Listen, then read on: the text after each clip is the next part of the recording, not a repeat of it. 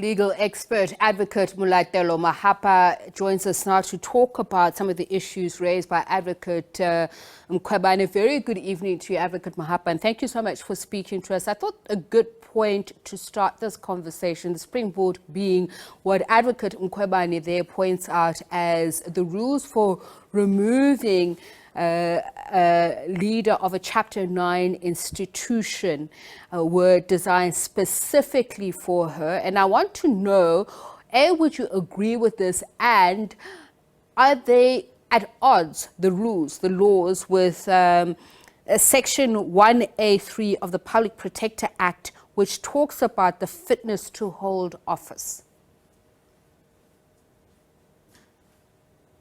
Thank you very much, and good evening to the viewers at home. I actually heard what the Advocate Mkhwebane was saying, and I, kind of agree a bit with what she was saying. For instance, the inquiry that she's attending currently, indeed, it's about weighing and whether she was fit to hold office, but not necessarily to remove her from the office. So I seem to agree a bit in terms of how they were crafted. There's something really, really odd about that. Okay, so let me understand what you're saying. Are you in agreement with Section 1A3, as in that sentiment that it was designed to remove her specifically? And we can just go through quite a few of them, that that person is a judge of a high court or is admitted as an advocate or an attorney and has a cumulative period of at least 10 years having been admitted, is qualified to be admitted as an advocate. So these are just some of the factors that will be considered as in whether one is fit to hold this position of being a public protector.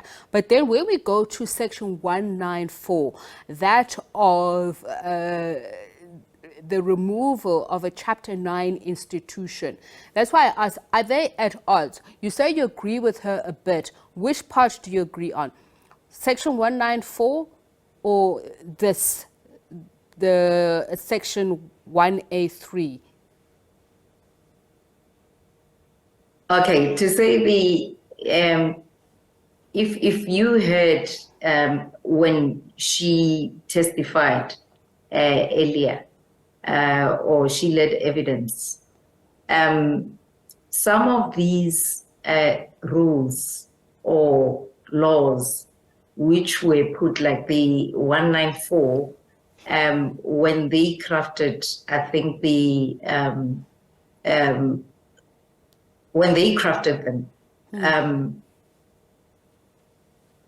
that's where I'm saying I kind of agree a bit with her that the like the impeachment session, it's not to actually remove her from office, but to test her fitness and to check whether indeed she held herself accordingly, as a fit and a proper person, for that particular office. Okay, so let me go to something that was raised by Advocate Mpofu to Advocate Mkhwebane. He asked Advocate Mkhwebane whether she's in agreement with the Zambian public protector who said an ombuds remedial action shouldn't be binding, which would mean that the public protector wouldn't be impeached or victimized. Advocate Mkhwebane agrees. And I'd imagine this stems from the former President Jacob Zuma's case on remedial action. This had to do with the previous public protector on whether or not her decisions were binding. And I believe, if I remember correctly, the ruling was that it is binding unless set aside by the law. Am I correct? Yes, you're very much correct with that.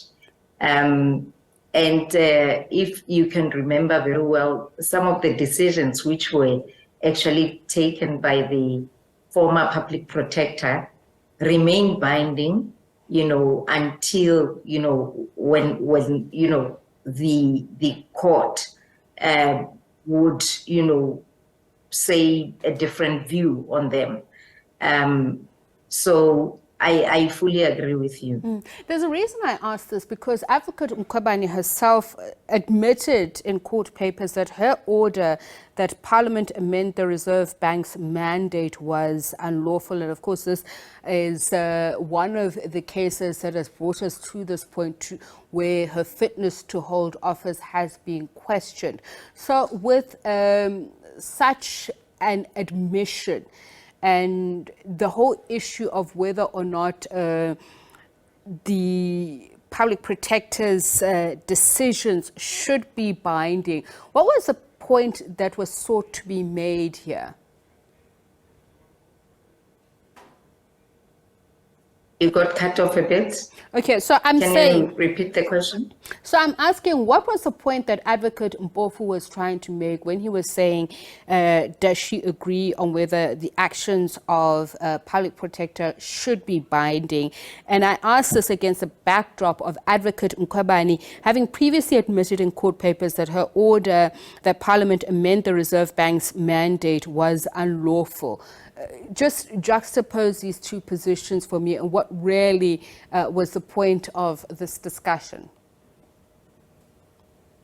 Okay, but let me start by saying I agree that, the decision made by the public protector should be binding.